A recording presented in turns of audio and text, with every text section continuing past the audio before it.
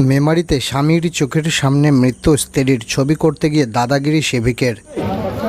বলছি এত ছবি তুলছো কেন? তুমি জানি আমি রিপোর্টার, সবই বুঝতে পারছি, ছবি তুলছো কেন? এত কেন? স্যার আসুক তারপরে, অত তাড়াতাড়ি কি আছে? স্যার এলে আমার হবে না। কেন হবে না? হ্যাঁ, আমাকে করে বেরিয়ে যেতে হবে। কত ছবিটা তুলছো না, ঠিক আছে?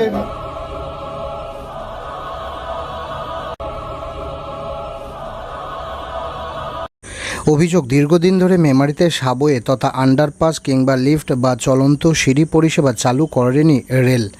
বেশিরভাগ মানুষজন রেল লাইন পারাপার করছিল। রেলের তরফে রেলিং বা গার্ড করে দেওয়া সত্ত্বেও ওভারব্রিজ ব্যবহার করতে অনেকটা কষ্টসাধ্য হয়ে পড়ছে বয়স্ক মানুষজনদের থেকে শুরু করে মহিলাদের। প্রসঙ্গত শুক্রবার বিকালে এক দম্পতি তার 2 সন্তানকে নিয়ে সুরেকালনা থেকে মেমারি আসে ট্রেন ধরার উদ্দেশ্যে। বাঁশবেড়িয়া যাবে ওই দম্পতি। 1 নম্বর প্ল্যাটফর্ম সংলগ্ন টিকিট কাউন্টারে টিকিট কেটে লাইন পারাপার করছিলেন ওই দম্পতি। স্থানীয় সূত্রে জানা গেছে, টিকিট কাটার পরে স্বামী লাইন পারাপার করে ফেললেও তার স্ত্রী লাইন পারাপার করতে গেলে আচমকা চলে আসে একটি এক্সপ্রেস ট্রেন। ট্রেনের ধাক্কায় ছিটকে পড়ে গিয়ে মৃত্যু হয় ওই মহিলার। স্বামীর চোখের সামনেই তার স্ত্রীর মৃত্যু হয় বলে জানা গেছে স্থানীয় সূত্রে। মৃতার আত্মীয় স্বজনরা অভিযোগ করেন, রেলের পক্ষ থেকে ফুট ওভারব্রিজ থাকলেও কোনোরকমভাবে চলন্ত সিঁড়ি বা লিফট নেই মেমারি স্টেশনে। ফলস্বরূপ লাইন পারাপার করতে গিয়েই ঘটে এমন ঘটনা। সমস্যা আছে, যার জন্য মানুষে রেলিং পারাপারি করছে। মানে আমাদের অ্যাকচুয়ালি 1 নম্বর প্ল্যাটফর্মে মানে সিটিটা অনেক দূর থেকে, যার জন্য অনেক মানুষ তাড়াহুড়োর জন্য রেলিংয়ের তলা থেকে যাওয়ার চেষ্টা করছে অথবা লাফ মেরে যাওয়ার চেষ্টা করছে, যার জন্য এই দুর্ঘটনাগুলো ঘটছে। এরকম যাচ্ছ কোথায়, কোনো অনুষ্ঠান বাড়ি? না, বাস বেরিয়ে যাচ্ছে, কালকে কুরবানি বলে হয়তো বাপের বাড়ি যাচ্ছে। চলন্ত সিঁড়ি থাকা অবশ্যই দরকার আছে, এসকেলেটর থাকা অনেক অবশ্যই দরকার আছে। যারা বৃদ্ধ মানুষ আছে বা যারা বয়স্ক, যারা পায়ে ব্যথা আছে এরকম বা রুগী আছে, তাদের যাওয়া আসা খুবই অসুবিধাজনক।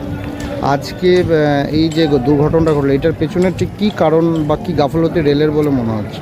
রেলের গাফিলতি এটাই বলবো কি, ওই আমাদের সিঁড়িটা যদি কাছাকাছি থাকতো বা লিফটের ব্যবস্থা থাকতো যেমন আছে সব জায়গায়, এইগুলো থাকলে মানুষ অবশ্যই উপর থেকে পারাপার করতো, বা আমাদের যে আধিকারিকরা যদি এখানে পারাপার জায়গায় যদি ফাইন করতো বা এখানে দেখাশোনা করতো, তো আশা করি এই দিনগুলো আজকে দেখতে হতো না। মানে রেলের গাফলতি আছে, তাই তো? অবশ্যই গাফিলতি আছে। আজকে মানুষের ইচ্ছাকৃতভাবে যাওয়া আসা করছে, কেউ বলার নেই, কেউ ফাইন করার নেই, কেউ দেখার নেই। আজকে হয়তো কেউ যদি আটকাতো বা বাধা দিত, তাহলে এই ঘটনাগুলো ঘটতো। এখানে আশা রাখবো যে পরবর্তীকালে যদি কারো কিছু না হয় এরকম, যার জন্য মানে একটা ব্যবস্থা নিয়ে দরকার আছে। এখানে কোনো আধিকারিককে দাঁড় করিয়ে কিছু করা দরকার, অথবা চলমান সিঁড়ি অথবা লিফটের ব্যবস্থা অতি অবশ্যই করা খুব দরকার আছে। আপনার নাম এবং পরিচয়? আমার নাম আরশাদ আলী। আরশাদ আলী। বাড়ি কেউ হয়? আমার আত্মীয়। বিভিন্ন রাজনৈতিক দলের পক্ষ থেকে বারংবার ডেপুটেশন দেওয়া সত্ত্বেও উদাসীনতার ছবি ধরা পড়ে রেলের। কবে হুঁশ ফিরবে রেলের, এই প্রশ্নই সাধারণ মানুষজনদের। আর সেই ছবি করতে গেলে প্ল্যাটফর্মে সিভিকের দাদাগিরি চোখে পড়ে। সিভিকের বক্তব্য, কোনো রকম ছবি করা যাবে না। সাংবাদিক পরিচয় দেওয়া সত্ত্বেও ছবি করতে বাধা দেয় সিভিক। আর এই ঘটনায় নিন্দার ঝড় রাজনৈতিক মহল থেকে শুরু করে সাধারণ মানুষজনদের মধ্যে। পরে রেলের উচ্চ পদস্থ আধিকারিকরা ঘটনাস্থলে এলে ওই সিভিক ক্ষমা চাইলেও রেল কর্তৃপক্ষের উদাসীনতাকে নিয়ে প্রশ্ন উঠেছে মানুষজনদের মধ্যে। সংবাদ মাধ্যমের একটা স্বাধীনতা আছে।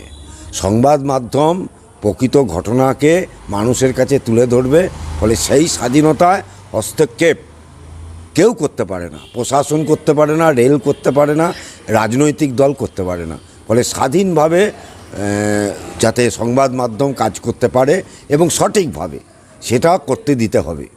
এটা আমি এরকম যদি করে থাকে রেল কর্তৃপক্ষ, এটা নিন্দনীয়, এটা নিন্দা করছি আমি।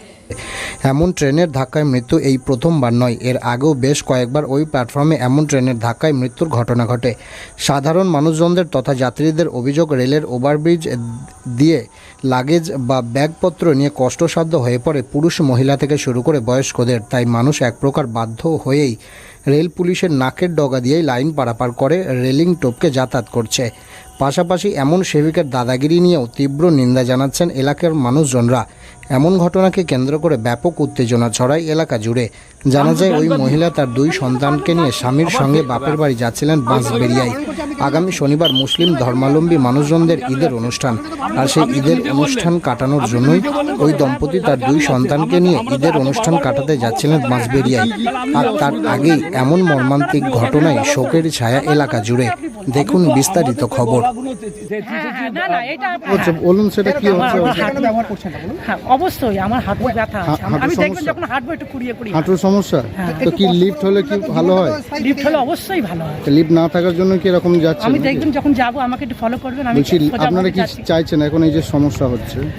প্রথমত এখানে আন্ডারগ্রাউন্ড হলে ভালো হয়, ঠিক আছে? তাহলে 1 নম্বর থেকে 2 নম্বর সবাই যেতে পারবে, এটাই যাদের বাতের মানে পায়ের প্রবলেম থাকে তাদের জন্য সুবিধা হয়। মানে আপনারা সেই জন্যই ওভারব্রিজটাকে অ্যাভয়েড না করছেন নাকি? এটা ঠিক না যখন আমার কিন্তু husband আজকে এখানে একটা ওই জন্যই দুর্ঘটনা ঘটে গেল। হ্যাঁ, এই প্রসঙ্গে আপনার কি চিন্তা ভাবনা যে কি বলবো আপনাদের কথা তো ওনারা শুনে পাবলিক তো শুনে চলে না, যদি শুনে চলতো তাহলে আজকে এই দুর্ঘটনাটা ঘটতো না। এখানে কি লিফট হলে কি ভালো হয়? ভালো হয়, অবশ্যই ভালো হয়, আপনার নাম? অবশ্যই ভালো হয়। আমার নাম পূজা সিংহ রায়। রেলের যে দক্ষিণ অংশে টিকিট কাউন্টারটাকে নিয়ে যাওয়া হয়েছে, উত্তর অংশে দীর্ঘদিনের যে টিকিট কাউন্টার ছিল সেইটা দীর্ঘদিন বন্ধ করে দেওয়া হয়েছিল রিনোভেশনের নামে। তারপরে আমরা বামপন্থীরা অনেকবার ডেপুটেশন দিই, তার ভিত্তিতে একবেলার জন্য খোলা হয়েছে।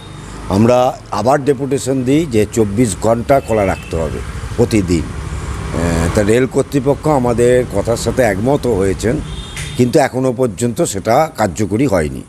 দ্বিতীয়ত আরেকটা যেটা বিষয়, যে ফুট ওভারব্রিজ যেটা করা হয়েছে সেটা এত উঁচু হয়েছে, ফলে যারা অসুস্থ, যাদের পায়ে ব্যথা আছে বা বয়স্ক মানুষ একটু রোগী, তাদের পক্ষে ওই সিঁড়ি ভেঙে ওপর দিয়ে ফুট ওভারব্রিজ দিয়ে যাওয়া খুবই কষ্টসাধ্য মহিলাদের ক্ষেত্রে এবং আরও সকলের ক্ষেত্রে আবার যদি লাগেজ থাকে তাহলে সেই লাগেজ নিয়ে সিঁড়ি ভেঙে যাওয়া এটা মানে অসম্ভব ব্যাপার। সেই জন্য আমরা এই বিষয় নিয়েও বেশ কয়েকবার বামপন্থীদের পক্ষ থেকে